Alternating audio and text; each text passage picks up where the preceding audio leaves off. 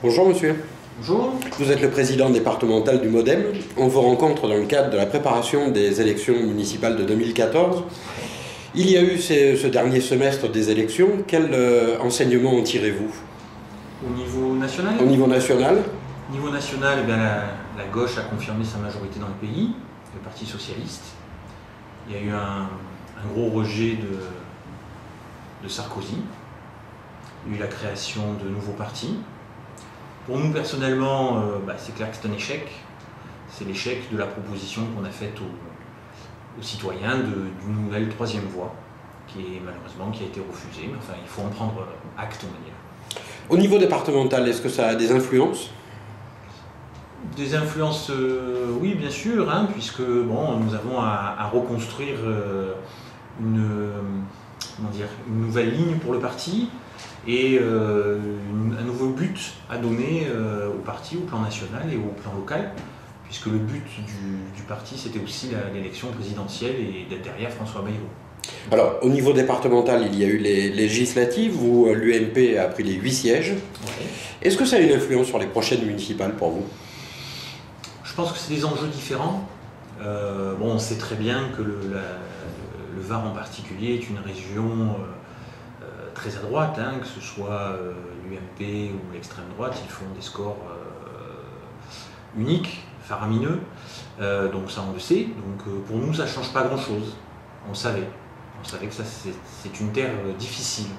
En ce qui concerne le centre, il y a eu, on va dire, du mouvement, puisqu'il y a la naissance de l'UDI. Ouais.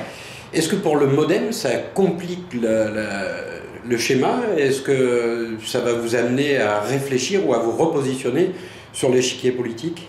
Surtout l'UDI, ça confirme ce qu'on pensait depuis 2002. C'est-à-dire que c'est en réalité le Parti radical et ses alliés qui sortent de l'UMP.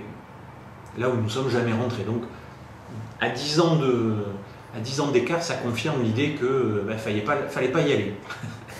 Et après, nous on le voit plutôt d'un bon œil, qu'il y ait des centristes qui s'autonomisent, qui deviennent indépendants du grand parti dominant qui était l'UMP, avec des personnes qui retrouvent une certaine liberté d'expression, une liberté de se présenter, une liberté aussi dans les idées. Donc nous, ça nous convient bien. Ça ne nous pose pas de problème, on va dire. Quelle sera votre stratégie pour les municipales, au niveau départemental? Alors, départemental, c'est comme national.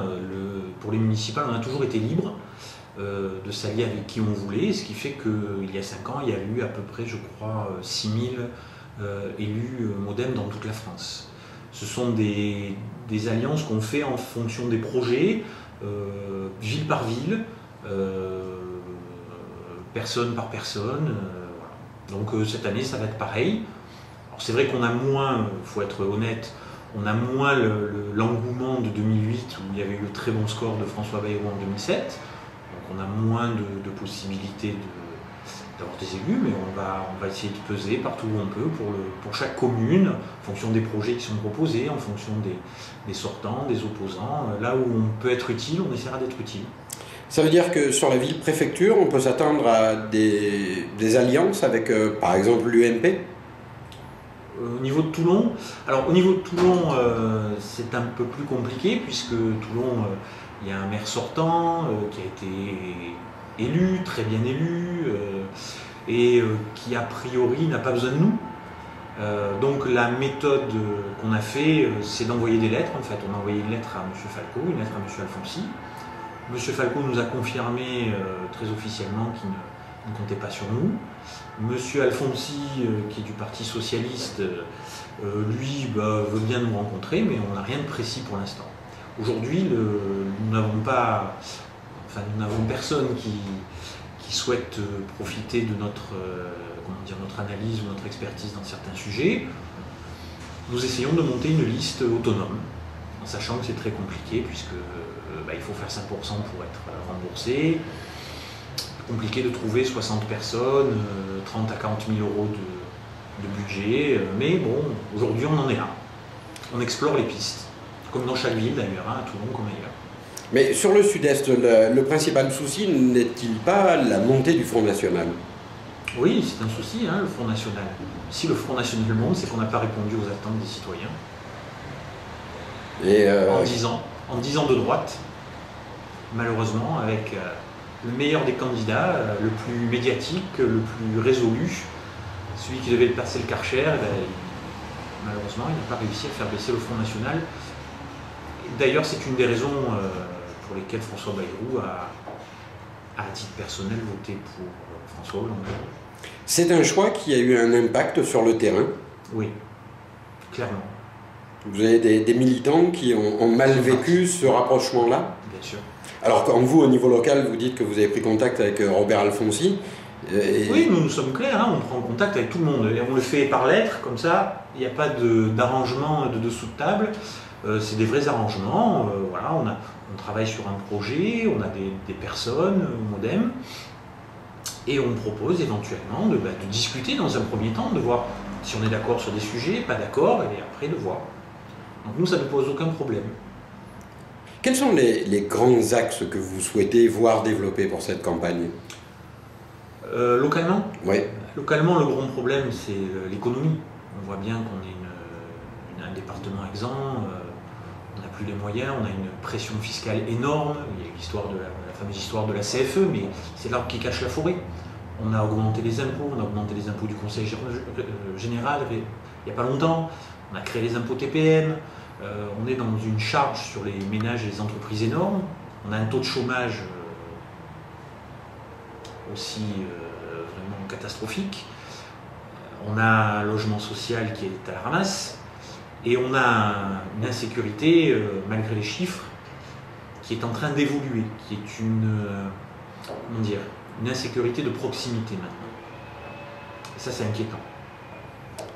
Bien. Et écoutez, on va vous souhaiter bon courage et puis on viendra reprendre contact avec vous. De toute façon, on tient au courant les ville par ville. Et puis, si on a des accords, on aura des accords. Si on n'a pas d'accord, on n'aura pas d'accord. Une dernière question, si vous le permettez. Vous êtes un des responsables politiques au niveau du département qui se sert beaucoup des nouvelles technologies. Ouais. C'est un choix. Est-ce que, après, maintenant, ça fait un peu plus de 2 ans que vous êtes sur Twitter, est-ce que ces outils vous aident à mieux faire passer vos messages? On a des messages qu'on arrive à faire passer parce qu'on n'a pas de moyens, nous, pour être, présents au niveau d'autres médias. Les médias traditionnels comme les médias nationaux, la Caisse, ou les Var Matin, ils arrivent à nous faire passer quelques trucs, mais on n'a pas d'impact. On n'a pas de permanence, on n'a pas de moyens, on n'a pas d'élus. Donc on est obligé de passer par ces nouvelles technologies. Et puis on a un retour, c'est-à-dire qu'il y a des gens qui nous font des propositions, il y a des gens qui, quand il y a tous les 6 mois, on met en ligne l'évolution de notre projet pour Toulon par exemple, on a des gens qui nous amendent, qui nous disent on est d'accord, on n'est pas d'accord. C'est assez intéressant. Ça ne remplace pas les campagnes électorales, là où on va au contact des gens, mais pour notamment les petits partis comme nous, qui n'ont pas de moyens, qui n'ont pas d'élus, qui n'ont pas d'argent à donner, on va dire, qui ne peuvent pas faire du clientélisme, mais on est obligé de se recentrer sur les idées. Et c'est l'essentiel, c'est l'essence de la politique pour nous. Donc avec votre expérience, ça serait plutôt un plus pour notre démocratie? Moi je trouve, enfin à titre personnel, que c'est un plus. Malheureusement, pour notre démocratie, il y aurait bien d'autres choses à faire. Notamment, vous savez que nous, on est contre le cumul des mandats, pour la limitation des mandats aussi dans le temps, que les gens ne fassent plus de carrière politique. On est pour un rassemblement, on va dire, hors bloc contre bloc, on le voit bien. Les gens font des promesses. Sarkozy avait promis la sécurité, il avait promis les 35 heures, il ne l'a pas fait. Hollande a promis lui aussi les taxes à 75%, enfin des choses insensées, mais les gens y croient. Et ils votent. Et ils sont déçus. Et c'est là aussi un des problèmes de notre démocratie, c'est-à-dire qu'on ne fait pas assez des choix, je dirais, hors bloc, des choix de réunion.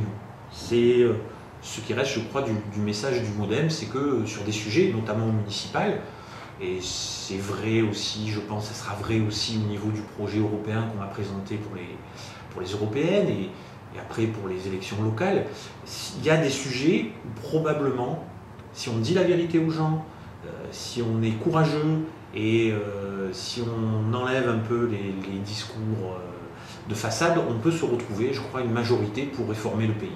Il y en a besoin parce que droite comme gauche, malheureusement, le chômage continue à augmenter, les gens sont de plus en plus désespérés dans notre pays, et l'économie ne s'arrange pas puisque la dette continue à gonfler. On est près de 2000 milliards. Chaque fois que vous venez me voir, je vous donne le chiffre actuel. On est près de 2000 milliards de dettes. Eh bien écoutez, on va vous souhaiter bon courage et on vous dit à très bientôt. Merci, il en faut.